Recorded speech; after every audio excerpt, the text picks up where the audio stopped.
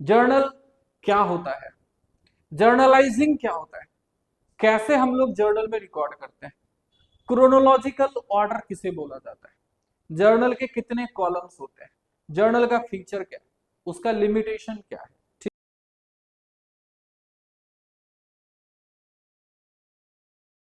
Hello बच्चों, स्वागत है आप सभी का एक बार फिर से हमारे YouTube वीडियो कॉमर्स के।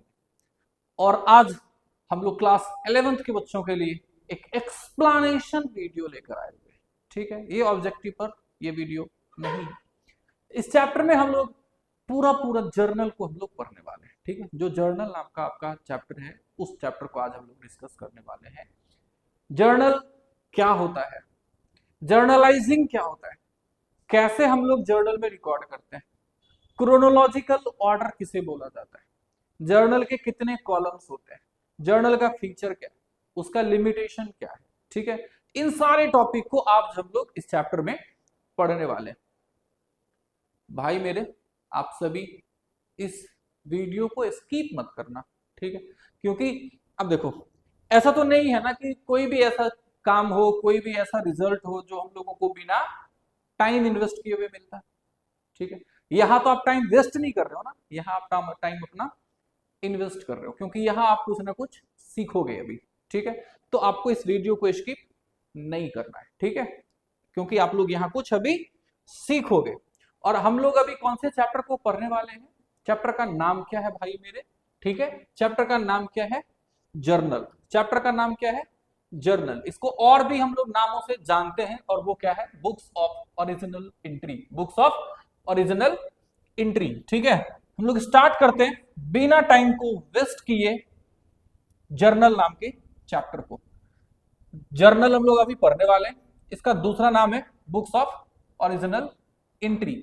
तो इससे पहले कि हम लोग और भी चीजों को पढ़े, हम लोगों को सबसे पहले यही समझना है कि भाई हम लोग जर्नल बोलते किसको है, जर्नल क्या है। ठीक है, यहां देखिए, द बुक इन विच, वो यहां जो बुक है ना, इस बुक का मतलब होता है बही। इस बुक का मतलब पुस्तक या किताब नहीं होगा। ठीक है, इस बुक को हम लोग बही बोलेंगे।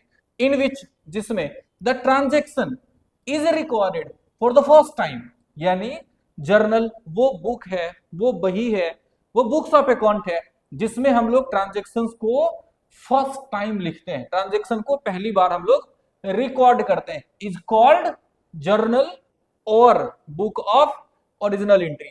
यानी अकाउंटिंग करते हुए, बुक कीपिंग करते हुए, जब हम लोग ट्रांजेक्शन को पहली बार कहीं लिखते हैं, जहां लिखते हैं उसी बुक को हम लोग क्या बोलेंगे, जर्नल बोलेंगे।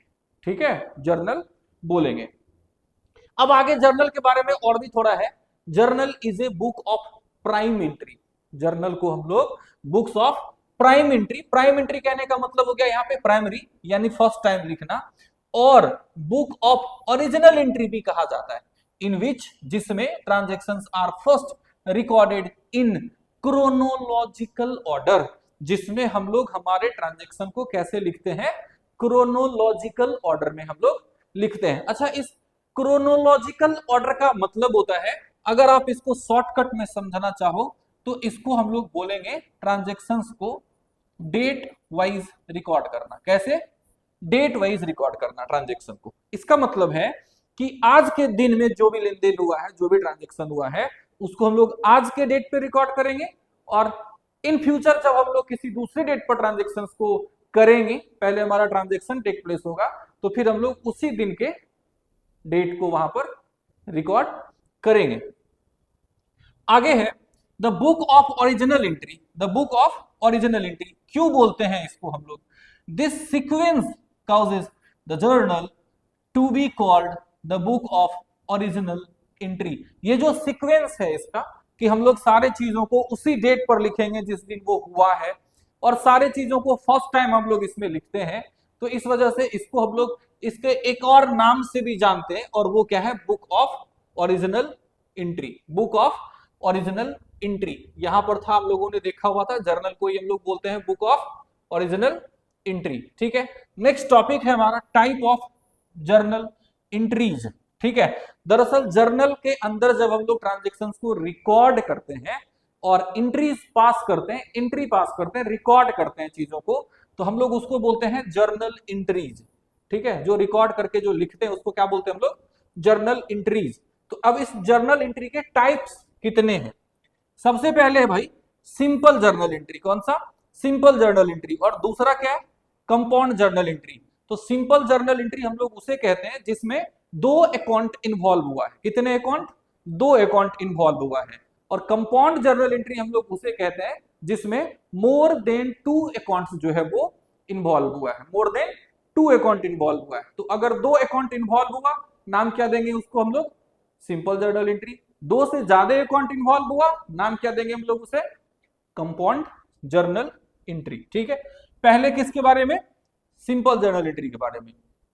It is the type of entry in which only 2 accounts are affected, where one account is debited and another account is credited with an equal amount।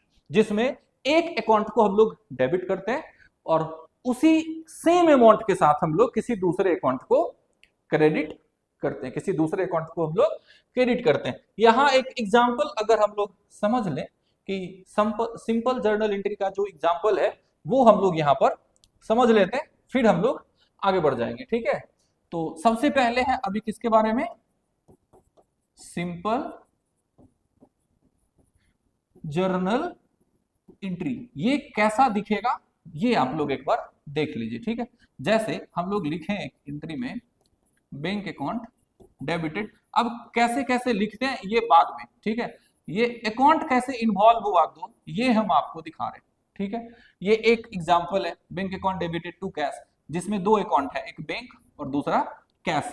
ऐसे एंट्री को हम लोग क्या बोलेंगे? Simple journal entry. इसका एक और एग्जांपल देख लेते हैं। जैसे हम लोगों ने गुड्स परचेज किया हुआ है, तो purchase account debited to cash account. ठीक है, और इसमें भी 2 अलग अलग अकाउंट जो है वो इन्वॉल्व हुआ है, तो हम लोग इसको क्या बोलेंगे अभी? Simple journal entry. अब इसमें जो नेक्स्ट है वो कौन सा है? कंपाउंड। कौन सा? Compound journal entry. It is the type of entry in which more than 2 accounts are affected. ये वो एंट्री करने का वो टाइप है। ठीक है, टाइप ऑफ एंट्री है ये, जिसमें दो से ज्यादा अकाउंट जो है वो अफेक्टेड होता है। अब आगे क्या है? 1 और मोर अकाउंट्स आर डेबिटेड, जिसमें एक या एक से ज्यादा अकाउंट जो है वो डेबिट होगा। और ऐसा हो सकता है इसके उल्टा भी, एक या एक से ज्यादा अकाउंट जो है वो हमारा क्रेडिट होगा।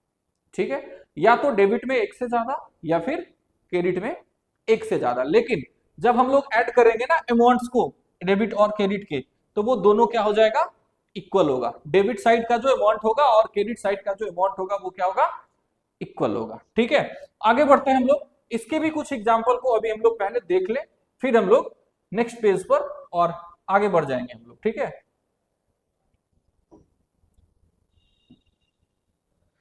अभी हम लोगों को देखना है कंपाउंड जर्नल एंट्री का जो एग्जांपल है। कंपाउंड जर्नल एंट्री, और इसका कुछ एग्जाम्पल देखना है अभी हम लोगों को। जैसे एक एग्जाम्पल है purchase account debited to cash account to discount received account. ठीक है, ये इसका एक एग्जाम्पल है। अच्छा, इसमें एक और एग्जाम्पल हो सकता है। ठीक है, ये एक था और एक और एग्जाम्पल मैं इसका लिख रहा हूं अभी। Cash account debited bank account debited machinery account debited stock account debited to capital अभी हम लोगों ने क्या पढ़ा था कंपाउंड जर्नल एंट्री में कि भाई ये उस टाइप का है जिसमें 2 से ज्यादा अकाउंट, दो से ज्यादा अकाउंट अफेक्टेड होता है, दो से ज्यादा अकाउंट अफेक्टेड होता है। आप यहां ध्यान से देखो, यहां आप ध्यान से देखो, इन सारे में दो ही अकाउंट पर इफेक्ट पड़ा है, इस वजह से ये हमारा क्या है, सिंपल जर्नल एंट्री। दो ही अकाउंट है, इसमें दो, इसमें भी दो।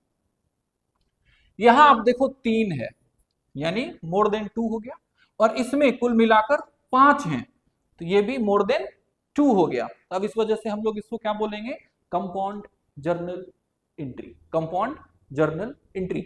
अब हम लोग जब आगे बढ़ेंगे ना, तो हम लोग पढ़ेंगे कि कंपाउंड जर्नल एंट्री होता क्या है। ऐसा तो हम लोगों ने देख लिया जिसमें मोर देन 2 अकाउंट जो है वो इन्वॉल्व हुआ, लेकिन फिर ये बनाया कैसे जाता है, उसके क्या लिमिटेशंस हैं, क्या फीचर है भाई कंपाउंड जर्नल एंट्री का, क्या एजम्पशंस है, मतलब कब प्रिपेयर किया जाएगा कंपाउंड जर्नल एंट्री, कब लिख सकते हैं हम लोग, इन चीजों को हम लोग इसी चैप्टर में आगे देखेंगे।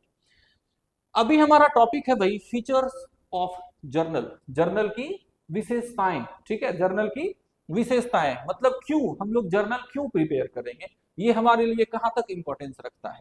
तो सबसे पहले क्या है, it is a chronological record of financial transactions of A business. ये हमारे बिजनेस का क्या है, एक क्रोनोलॉजिकल ऑर्डर में रिकॉर्ड कर किया हुआ एक ट्रांजैक्शंस को रिकॉर्ड किया जाता है। इसमें पहला क्या बताया, इसका विशेषता क्या है, it is a chronological record of financial transaction, यानी इसमें हम लोग डेट वाइज ट्रांजैक्शंस को, जो फाइनेंशियल ट्रांजैक्शन है हमारा, उसको हम लोगों ने रिकॉर्ड किया है, कहां का, हमारे बिजनेस का।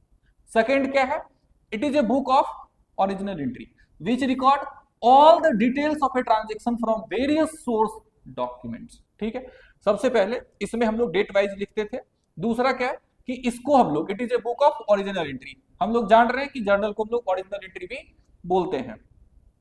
विच रिकॉर्ड्स, जिसमें रिकॉर्ड किया जाता है all the details of the transaction, all the details of transaction, transaction के पूरे डिटेल को लिखा जाता है। इस डिटेल का मतलब है कि डेबिट और क्रेडिट, इन दोनों को हम लोग रिकॉर्ड करेंगे फ्रॉम वेरियस सोर्स डॉक्यूमेंट। और वो कहां से रिकॉर्ड करेंगे भाई, रिकॉर्ड कहां से करेंगे, हमारे पास इंफॉर्मेशन कहां से आएगा कि हम लोग उन चीजों को रिकॉर्ड करें। ठीक है, वो इंफॉर्मेशन हम लोगों को मिलता है सोर्स डॉक्यूमेंट से। कहां से, सोर्स डॉक्यूमेंट से। और ये जो सोर्स डॉक्यूमेंट है ना, ये एक 11th में एक चैप्टर है सोर्स डॉक्यूमेंट। आप सभी कमेंट बॉक्स में लिखना, मैं इसके लिए भी एक जर्नल, इसके लिए भी एक वीडियो आप सभी के सामने जरूर लाऊंगा। एक सेशन होगा हमारा इस पर भी, जिसमें हम लोग इस कंप्लीट चैप्टर को पढ़ेंगे। आगे है, इसका जो थर्ड फीचर है वो क्या है, it records both the aspects of transactions debit and credit using double entry system of book keeping. ठीक है, हम लोग जैसा कि यहां मैंने आपको बताया कि डिटेल ऑफ ट्रांजैक्शन का मतलब क्या है, डेबिट और क्रेडिट दोनों को रिकॉर्ड करना। तो यहां इसी बात को फिर से क्लैरिफाई किया गया है कि इसमें हम लोग रिकॉर्ड करते हैं, मतलब दोनों, बोथ एस्पेक्ट्स को। और वो बोथ एस्पेक्ट्स क्या है भाई, अगर मैं इसे वापस से यहां ऐसे लिख दूं, तो ये बोथ एस्पेक्ट्स क्या सब है, डेबिट एंड क्रेडिट, इन दोनों को हम लोग रिकॉर्ड करते हैं। यानी हर एक ट्रांजैक्शन के डेबिट और क्रेडिट दोनों को रिकॉर्ड किया जाएगा। लेकिन रिकॉर्ड करने के लिए हम लोगों को डेबिट और क्रेडिट को जो लिखने का तरीका है, उसके बेसिस पर हम लोग यहाँ बुक कीपिंग में सीखते हैं, हम लोग बुक कीपिंग में सीखते हैं कि डेबिट और क्रेडिट हम लोग कैसे करें। ठीक है, उन चीजों को ध्यान में रखकर ही हम लोग अभी इसमें रिकॉर्ड करेंगे, और आगे जाने के बाद हम लोगों को यही चीज इसके लिमिटेशन में मिलेगा। ठीक है, इसका जो फोर्थ फीचर है वो क्या है, it gives complete detail of transaction in one entry. अब ऐसा इसलिए बोला गया ना कि एक एंट्री में ये कंप्लीट इंफॉर्मेशन दे देता है, कंप्लीट चीजों को लिख लेता है, डिटेल को लिखता है, क्योंकि इसमें हम लोग डेबिट और क्रेडिट दोनों को रिकॉर्ड कर रहे हैं। नेक्स्ट क्या है, it forms the base of, it forms the base for recording और transferring the journalized transactions to the individual accounts known as ledger accounts. ठीक है, क्या बताया, इट फॉर्म्स द बेस, ये एक टाइप का बेस बनाता है, किस लिए भाई, फॉर रिकॉर्डिंग और transferring the journalized transactions to the individual accounts known as ledger account. यानी लेजर अकाउंट में जो हम लोग ट्रांजैक्शंस को ट्रांसफर करेंगे, एंट्रीज को, ट्रांजैक्शन को ट्रांसफर करेंगे, तो उसके लिए ये एक बेस तैयार करता है। मतलब आप ऐसा समझ लो, आप ऐसा समझ लो इसके लिए कि हम लोग पहले हम लोग जर्नल बनाते हैं, और इसी जर्नल के हेल्प से हम लोग लेजर बनाते हैं, यानी इसी जर्नल को फिर हम लोग आगे कहाँ ट्रांसफर करते हैं, लेजर में ट्रांसफर करते हैं। तो इस वजह से जो जर्नल हमारा वो एक बेस तैयार करता है, किसके लिए, लेजर के लिए। और लेजर में हम लोग चीजों को क्या करते हैं, सेपरेटली लिखते हैं अलग अलग अकाउंट में। Since all the transactions are recorded for the first time, क्योंकि हम लोग सारे ट्रांजेक्शंस को इसमें फर्स्ट टाइम रिकॉर्ड कर रहे होते हैं बुक्स ऑफ अकाउंट में, एंड जर्नल कहां पर, जर्नल में, it is correctly known as book of original entry. तो हम लोग इसको, इसलिए हम लोग इसको क्या बोलते हैं, बुक ऑफ ओरिजिनल एंट्री, क्योंकि इसमें हम लोग सारे ट्रांजेक्शंस को क्या कर रहे हैं, फर्स्ट टाइम रिकॉर्ड कर रहे हैं। चलिए नेक्स्ट स्लाइड हमारा क्या है, फीचर्स के बाद, फीचर्स के बाद है इसका एडवांटेज। क्या है इसका एडवांटेज, क्या है, लाभ क्या है, जर्नल अगर करें हम लोग बनाएं तो इससे क्या प्रॉफिट हम लोगों को मिलेगा। प्रॉफिट मतलब क्या, यहाँ इसका एडवांटेज क्या है, क्यों बनाते हैं दरअसल। It provides complete accounting information in chronological order. इसके फीचर में भी ये चीज, ये बात एक नंबर में ही था कि ये हम लोगों को complete record, complete information provide करता है, और वो भी क्रोनोलॉजिकल ऑर्डर में। फिर से मैं लिख दे रहा हूं, क्रोनोलॉजिकल ऑर्डर का मतलब क्या होता है, ट्रांजेक्शंस को कैसे लिखना, डेट वाइज लिखना, ठीक है, दिन के हिसाब से। It reduces the chances of errors in the accounting records since the amount debited can be verified with the amount of corresponding credit. क्या बताया, it reduces the chances of errors, ये रिड्यूस कर देता है, घटा देता है। किस चीज को घटा देता है, तो एरर्स मतलब गलती होने का जो चांसेस है उसको जर्नल कम कर देता है। और उसके पीछे रीजन क्या है, इन द अकाउंटिंग रिकॉर्ड्स क्या रीजन है, चूंकि the amount debited can be verified with the amount of corresponding credit. क्योंकि हम लोग किसी भी चीज को जब डेबिट करते हैं, किसी भी अकाउंट को, किसी भी आइटम को डेबिट करते हैं, तो उसके सेम अमाउंट के साथ हम लोग किसी ना किसी दूसरे को हम लोग क्रेडिट भी करते हैं। तो अगर डेबिट में किसी बात को लिखे हैं, किसी आइटम को लिखे हैं, किसी अकाउंट को लिखे हैं, तो उसके सेम अमाउंट के साथ हम लोग क्रेडिट को भी लिखते हैं। तो इस वजह से हम लोग इसको चेक कर सकते हैं इन फ्यूचर, ठीक है। अगर कुछ गलती हुआ है तो हमारा हो सकता है कि हम लोगों ने डेबिट में 5000 लिखा हो और उसके क्रेडिट में 500 लिख दिया हो, तो इसको इजीली हम लोग वेरीफाई कर सकते हैं, ठीक है। चलिए अब हम लोग इसके नेक्स्ट फीचर की ओर आगे बढ़ते हैं। It provides a base for recording और transferring the entries in the individual ledger accounts. तो इसको आप इसके ठीक पिछले वाले स्लाइड पर यहाँ पर पढ़ चुके हैं कि ये एक टाइप का बेस हम लोगों को तैयार करके देता है, और वो किस लिए, लेजर अकाउंट्स में लिखने के लिए, ठीक है। तो मैं अब इस पर वापस टाइम को इन्वेस्ट नहीं करूंगा। नेक्स्ट टॉपिक हमारा इसमें क्या है, नेक्स्ट फीचर, सॉरी एडवांटेज।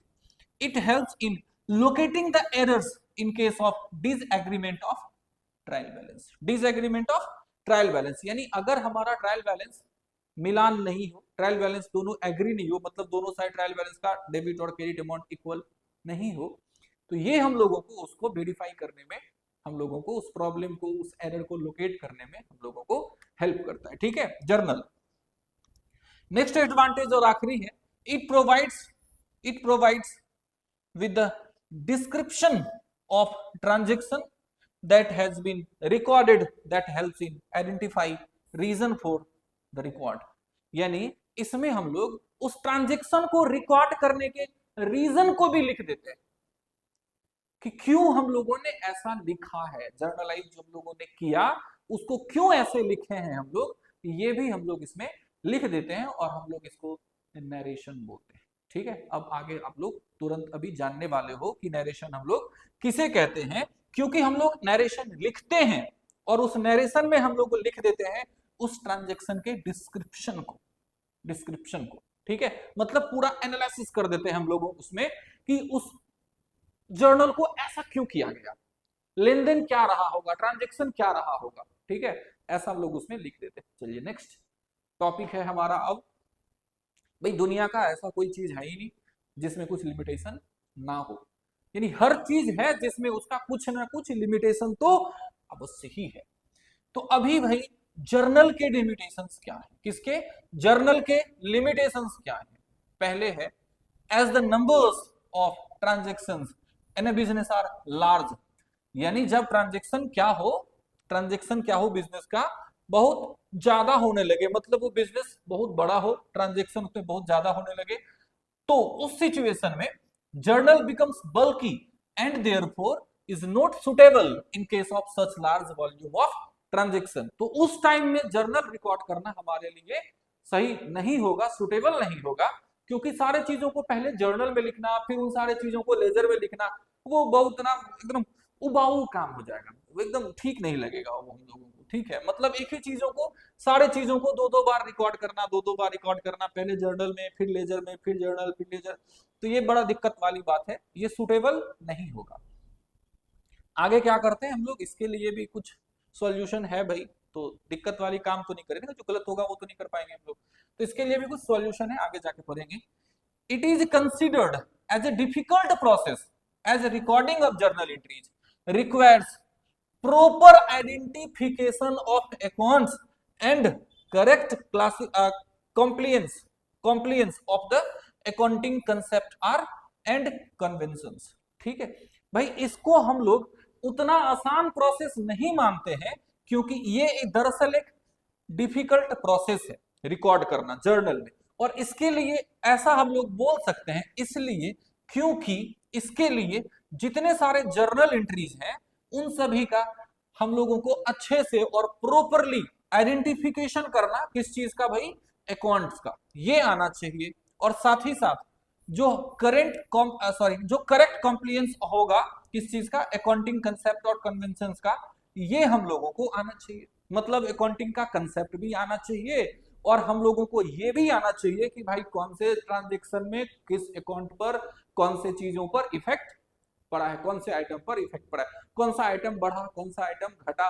मतलब मेनली आप ये जान लो कि आपको जर्नल में रिकॉर्ड करने के लिए इन चीजों पर अच्छे से पकड़ होना चाहिए। एक है एसेट्स, दूसरा है भाई मेरे लायबिलिटी, तीसरा होता है इस क्रम में सीक्वेंस में कैपिटल, फोर्थ है रिवेन्यू और आखिरी है एक्सपेंसेस। यानी इन पांचों चीजों को आपको अच्छे से जानना होगा। ठीक है, और अगर आप इसको जान जाते हैं तो जर्नल तो कर पाएंगे, लेकिन इसके साथ साथ आपको फिर जानना पड़ेगा उस कंसेप्ट को जिसको ध्यान में रखकर हम लोग जर्नल करते हैं। तो इस वजह से इसको एक डिफिकल्ट प्रोसेस माना जाता है।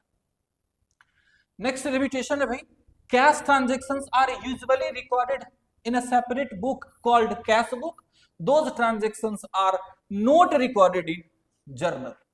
यानी जब हम लोग देखेंगे कि ट्रांजैक्शन बहुत ज्यादा होने लगता है, अभी अभी मैंने आपको बताया था कि जर्नल उस टाइम में सुटेबल नहीं होता है जिस टाइम में हमारा ट्रांजैक्शन बहुत ज्यादा हो। तो अगर ट्रांजैक्शन बहुत ज्यादा हो ना, तो हम लोगों को ना अलग अलग टाइप का सेपरेट बुक्स ऑफ अकाउंट को प्रिपेयर करना पड़ता है, और जिसको हम लोग बोलते हैं स्पेशल पर्पस बुक या फिर सब्सिडियरी बुक्स। और उसी सब्सिडियरी बुक्स या स्पेशल पर्पस बुक में फर्स्ट टाइम हम लोग प्रिपेयर करते हैं किसको भाई मेरे, कैश बुक को। किसको बनाते हैं, कैश बुक को। और जिन ट्रांजैक्शंस को हम लोगों ने कैश बुक में लिखा उसको फिर हम लोग जर्नल में record, note recorded in journal entry, मतलब जर्नल में रिकॉर्ड हम लोग उसको नहीं करेंगे। तो जर्नल का ये एक लिमिटेशन है। ठीक है, आगे है, after recording journal entries separate ledger accounts is required to be prepared for individual account balances, therefore a journal can never be used as a suitable substitute to ledger। ऐसा ये बोला गया है यहाँ पर कि हमेशा ऐसा होता है भाई मेरे कि जर्नल के बाद हम लोग लेजर को प्रिपेयर करते हैं, सेपरेट अकाउंट को प्रिपेयर करते हैं, लेजर को प्रिपेयर करते हैं। अब इस वजह से क्योंकि जर्नल के बाद हम लोग लेजर को बनाते हैं, और यही कारण है कि हम लोग जर्नल को लेजर का सब्स्टिट्यूट नहीं मान सकते। इसका मतलब हुआ ऐसा नहीं है कि अगर हम लोग जर्नल बना लिए तो हम लोगों को लेजर नहीं बनाना पड़ेगा, बल्कि उसे भी हम लोगों को प्रिपेयर करना पड़ेगा ही। ठीक है, तो अगर दो चीजों को बनाना पड़ रहा है और जर्नल अगर हमारा सब्स्टिट्यूट होता लेजर का तो हम लोगों को उसे प्रिपेयर करना नहीं पड़ता। इस वजह से जो हमारा क्या है, जर्नल है, वो एक सब्स्टिट्यूट नहीं है लेजर का। ठीक है, अब हम लोग इस चैप्टर में और थोड़ा आगे बढ़े हैं भाई। क्या है भाई, जर्नल का फॉर्मेट। ये क्या है, जर्नल का फॉर्मेट है। क्या बोलेंगे इसको, journal is divided into 5 columns. यानी जो जर्नल का जो पेपर होगा, जर्नल का जो रजिस्टर होगा, उसे हम लोग टोटल 5 टाइप में हम लोग उसको डिवाइड करते हैं, जर्नल के कॉलम को। These are as follows. ठीक है, अब इसमें से जो 5 अलग अलग कॉलम है उसको हम लोग अलग अलग नाम देते हैं। सबसे पहले वाले में हम लोग डेट को रिकॉर्ड करते हैं, जैसे यहाँ जनवरी का 1 तारीख लिखा हुआ है। अगला है पार्टिकुलर्स। पार्टिकुलर्स को हम लोग हिंदी में बोलते हैं भाई मेरे विवरण। क्या बोलते हैं? विवरण। यहाँ अकाउंट नेम है और इसी को हम लोग बोलते क्या है? पार्टिकुलर्स। पार्टिकुलर्स, ठीक है। इसमें हम लोग क्या लिखते हैं? जो जिस जिस अकाउंट को डेबिट किया गया और जिस जिस अकाउंट को क्रेडिट किया गया, उन सभी के नाम को लिखते हैं। अगले वाले में हम लोग लिखते हैं लेजर फोलियो। क्या लिखते हैं? Ledger folio. अभी अभी हम लोगों ने ये पढ़ा कि जर्नल के बाद हम लोगों को सेपरेट अकाउंट क्रिएट करना पड़ता है, जिसको हम लोग लेजर बोलते हैं।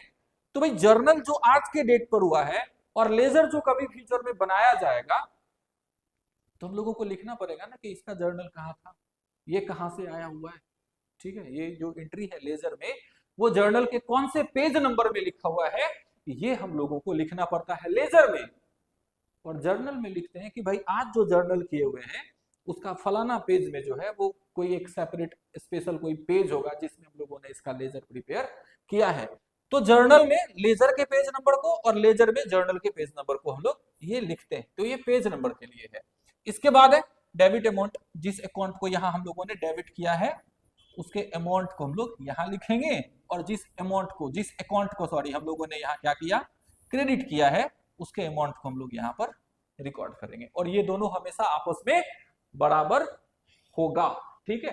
तो आप जब जर्नल के फॉर्मेट को प्रिपेयर करो तो सबसे पहले आपको आपके नोटबुक में 2 अलग अलग लाइन को खींचना है, ठीक है। एक पूरे लाइन को आप कवर करो। कवर करने के बाद लेफ्ट वाले साइड में आपको डेट लिखने के लिए जितना जगह चाहिए उतना जगह ले लो आप डेट लिखने के लिए, ठीक है। अब आप राइट साइड में चले जाओ पेज के आखिरी में, और उस क्वेश्चन को चेक करो। उस क्वेश्चन में अमाउंट कितना कितना लिखा हुआ है, ठीक है। और उस अमाउंट को लिखने के लिए आपको कितना स्पेस चाहिए, तो उतना बड़ा आप एक अमाउंट का कॉलम लो, और सेम उतना ही बड़ा एक और अमाउंट का आप कॉलम ले लो, अमाउंट, ठीक है। 2 बार दिए अमाउंट का कॉलम। फिर इसके बाद एक पतला सा लाइन, और हम लोग इसमें लिखते हैं LF, ठीक है। फिर बीच वाला कॉलम जो सबसे लंबा चौड़ा होना चाहिए, इसको हम लोग बोलते हैं पार्टिकुलर्स, ठीक है।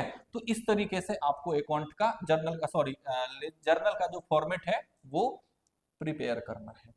अब हम लोग पढ़ेंगे कि भाई जो डेट का कॉलम था उसमें क्या लिखना है, पार्टिकुलर्स के कॉलम में क्या लिखते हैं, नरेशन क्या होता है, लेजर फोलियो क्या है, डेबिट और क्रेडिट किसे कहते हैं। सबसे पहले date of the transaction is entered in the first column. जो फर्स्ट कॉलम था डेट का, उसमें डेट लिखेंगे ट्रांजैक्शन का।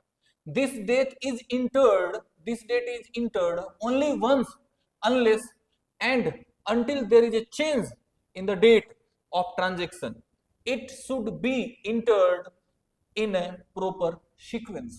कहने का मतलब है कि अगर आज 5 तारीख है और 5 तारीख पे 3 जर्नल एंट्री हुआ है, 3 हम लोगों ने ट्रांजेक्शन किया, जैसे मान लीजिए आज अक्टूबर का 5 है तारीख, तो यहाँ 5 लिखे हैं, और 5 तारीख पर ही अगर 3 जर्नल एंट्री है तो अगले वाले पर डेट नहीं लिखना है, फिर अगले वाले पर डेट नहीं लिखना है, ठीक है।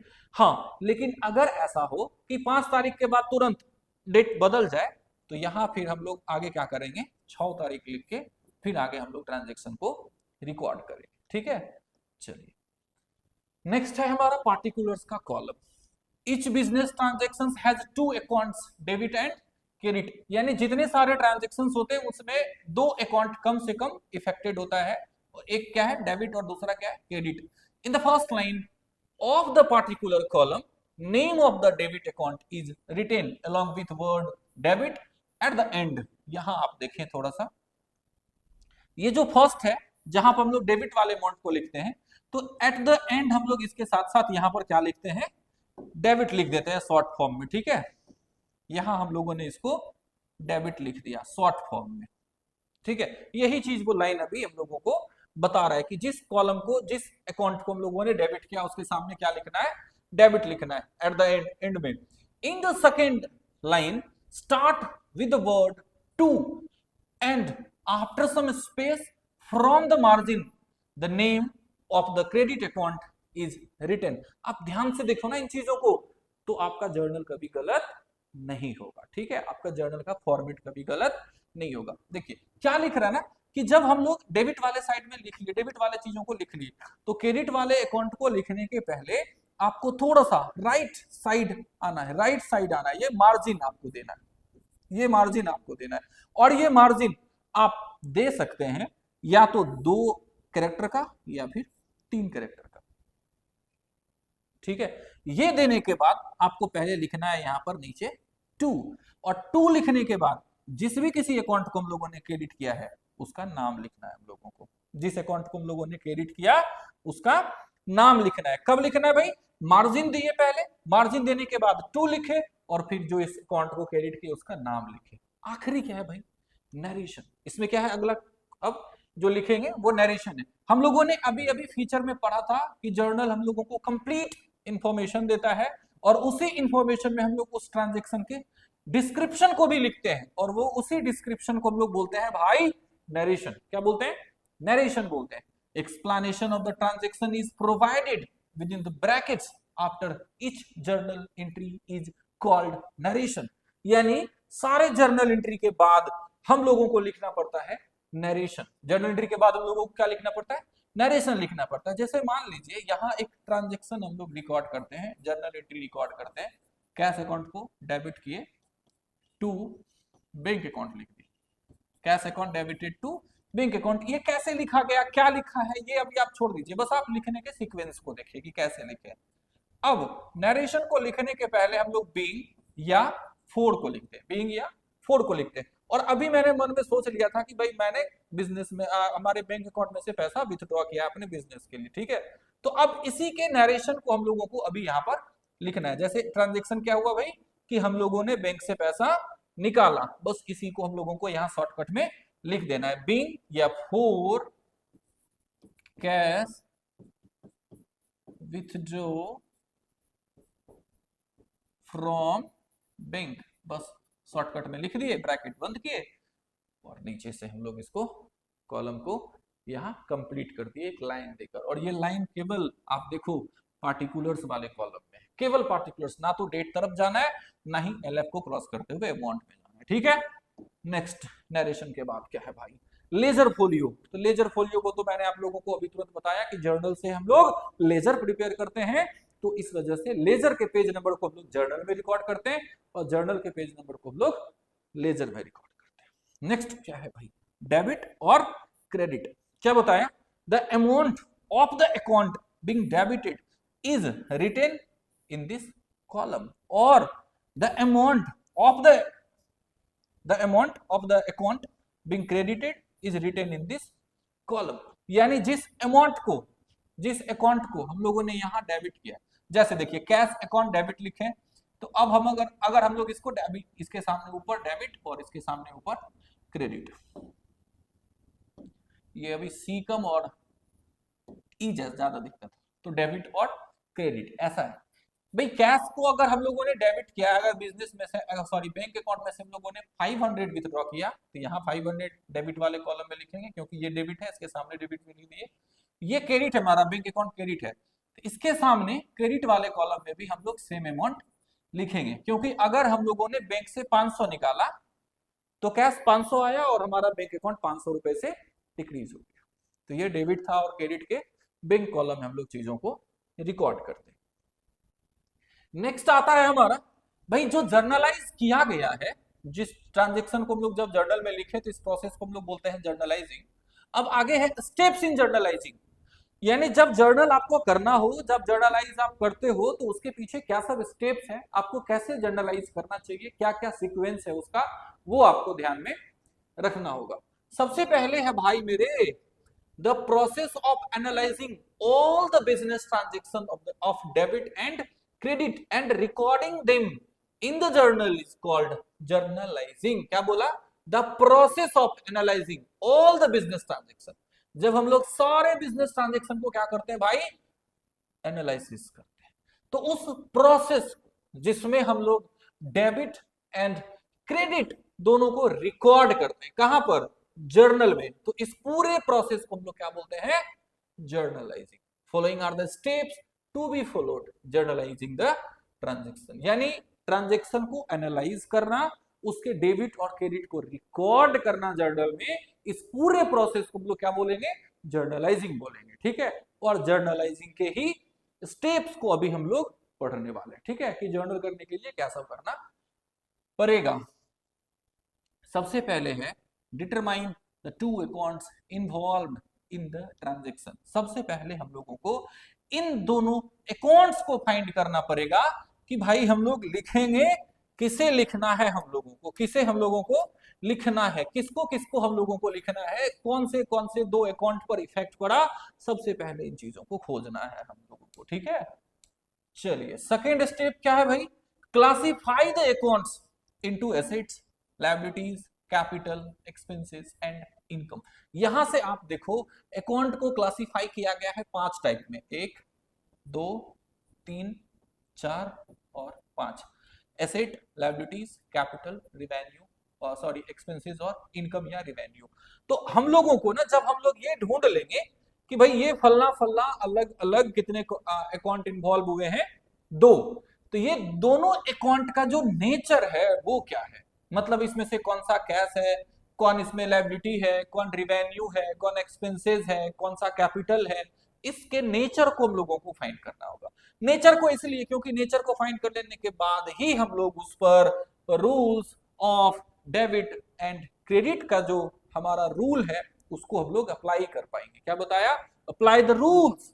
अगर हम लोगों ने ये पहचान लिया कि एसेट, लायबिलिटीज, कैपिटल, एक्सपेंसेस और इनकम में से कौन कौन से अकाउंट पर इफेक्ट पड़ा, कौन सा अकाउंट है, तो उस पर हम लोग अप्लाई कर पाएंगे रूल्स को। कौन से रूल को, डेबिट और क्रेडिट के रूल को। For the above two accounts and identify which account is to be debited and credited. मतलब जब हम लोग रूल को अप्लाई करेंगे ना तो हम लोगों को पता चल जाएगा कि कौन से अकाउंट को डेबिट करना है और कौन से अकाउंट को क्रेडिट करना है। आगे है record the date of transaction, particulars of transactions and mention the respective debit and credit amounts against each item। यानी अब हम लोगों को क्या करना है, पार्टिकुलर वाले कॉलम में जब ये पता चल गया कि भाई कौन से अकाउंट को डेबिट करना है, कौन से अकाउंट को क्रेडिट करना है, तो अब हम लोग पार्टिकुलर वाले कॉलम में ये लिखेंगे कि भाई देखो ये कैश हमारा डेबिट हुआ है, इसके सामने हम डेबिट लिखेंगे और उसी के सामने अमाउंट वाले कॉलम में हम लोग उसका अमाउंट भी लिख दिए।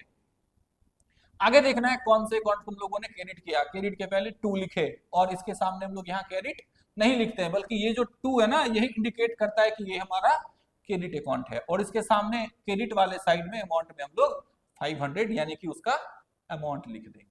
ठीक है, तो अभी तक का ये प्रोसेस है हमारा। आगे क्या है, write a brief description of the transaction recorded within brackets in the next line in the particulars column. Such description is termed as narration. जैसा अभी अभी हम लोगों ने यहां किया था कि हम लोग हर एक ट्रांजेक्शन को लिखने के बाद पार्टिकुलर वाले कॉलम में हम लोगों को क्या लिखना होता है, डिस्क्रिप्शन लिखना होता है, और उस डिस्क्रिप्शन को हम लोग बोलते क्या है, नरेशन बोलते हैं। ठीक है, और ये नेक्स्ट लाइन में देखिए 1 लाइन 2 लाइन और यहाँ तीसरे लाइन में। ठीक है, तो अलग अलग लाइन है सारे के लिए, उसमें हम लोगों को इसको लिखना है। ठीक है, डिस्क्रिप्शन लिखना है ट्रांजेक्शन का। नेक्स्ट और लास्ट स्टेप है जर्नल का, draw a line across the particular column to divide one journal entry from the other. अभी अभी मैंने आपको बताया हुआ था, यहां देखिए केवल पार्टिकुलर्स वाले कॉलम को आपको यहां सेपरेट कर देना है, ये लाइन आपको देना है। ठीक है, पार्टिकुलर्स वाले कॉलम को क्यों देना है भाई मेरे, क्योंकि जहां 5 अक्टूबर को लिखे हैं इसके बाद अगर कोई और ट्रांजेक्शन होगा, अगर हम लोग इसको सेपरेट नहीं करेंगे तो वो हम लोगों को समझ में आएगा ही नहीं कि कौन से डेट पर कौन से ट्रांजेक्शन को हम लोगों ने रिकॉर्ड किया है। ठीक है, तो ये लाइन हम लोग क्यों देते हैं, सेपरेट करने के लिए ट्रांजेक्शंस को। ठीक है, अरे बंटवारा होता है ना भाइयों में, तो बीच में बाउंड्री पड़ता है ना, बाउंड्री, ये वही बाउंड्री है। ठीक है, जिससे ये पता चले कि कौन सा जर्नल एंट्री और कहां तक है। चलिए ये पेज हमारा कंप्लीट हुआ। एग्जाम्पल है मिस्टर ए, ओहो मिस्टर ए। अब ए नाम से जो लोग हैं वो लोग अपने नाम को सोच लें, तो उन लोगों ने एक बिजनेस स्टार्ट किया है भाई, started business and introduced capital of rupees 5 lakh. The transaction is recorded by passing following journal entry. अब आप ये मत पूछो अभी मेरे से कि आपने कैसे किया ये जर्नल एंट्री, ठीक है। आप लोगों ने अकाउंटिंग इक्वेशन पढ़ा है? अगर पढ़ा है तो आपको पता होगा कि इसमें bank account debited to capital account क्यों है, bank account debited to capital account क्यों है, और इस बैंक अकाउंट के प्लेस पर हम लोग लिख सकते हैं कैश अकाउंट, कैश अकाउंट, ठीक है। यहां ये अकाउंट हम लोग पूरा अगर नहीं भी लिखे ना तो वो कोई दिक्कत नहीं है, शॉर्ट फॉर्म में लिखेंगे अकाउंट, लेकिन इसके साथ लिखना पड़ेगा डेबिट, ठीक है। तो ये ट्रांजैक्शन ऐसा क्यों हुआ ये हम लोग किसी नेक्स्ट वीडियो में देखेंगे, नेक्स्ट सेशन में देखेंगे। अभी आपको लिखने का तरीका देखना है, ठीक है। और यहां आज मान लेते हैं कि आज अक्टूबर का 6 तारीख है, 2024 हमारा ईयर है, 2024 शॉर्टकट में लिख देना है आपको। अक्टूबर का डेट क्या है भाई मेरे, 6 रिकॉर्ड किए। ऐसे हम लोग इसको जर्नल में रिकॉर्ड करते हैं। ओहो, तो इस तरीके से हमारा जर्नल में रिकॉर्डिंग करने का, जर्नल में कैसे हम लोग लिखते हैं चीजों को, ये सेशन हमारा कंप्लीट हुआ, ठीक है। आज के लिए हम लोग इतना ही रखते हैं। आगे का जो हमारा नेक्स्ट सेशन होगा इस जर्नल पर, उसमें हम लोग डिफरेंट टाइप की जर्नल एंट्रीज को सीखने वाले हैं, जैसे कुछ सिंपल जर्नल एंट्रीज, कुछ compound journal entries, journal entries related with bank, journal entries related with goods, journal entries related with fixed asset, और उसके बाद है कुछ ओपनिंग जर्नल एंट्रीज, उसके बाद एडजस्टमेंट जर्नल एंट्रीज, ठीक है, journal entries related to bad debts, मतलब वेरियस टाइप का जर्नल एंट्री है जो हम लोग हमारे नेक्स्ट चैप्टर में देखने वाले हैं। आप लोगों का ये काम है आज के लिए कि इसका पहले आप लोग थ्योरी देख ले, जर्नलाइज करने का जो प्रोसेस है उसको तो एकदम याद रखें, ठीक है। और तब तक मजे करें, तंदुरुस्त रहें और पढ़ना लिखना नहीं भूलें, ठीक है। जय हिंद।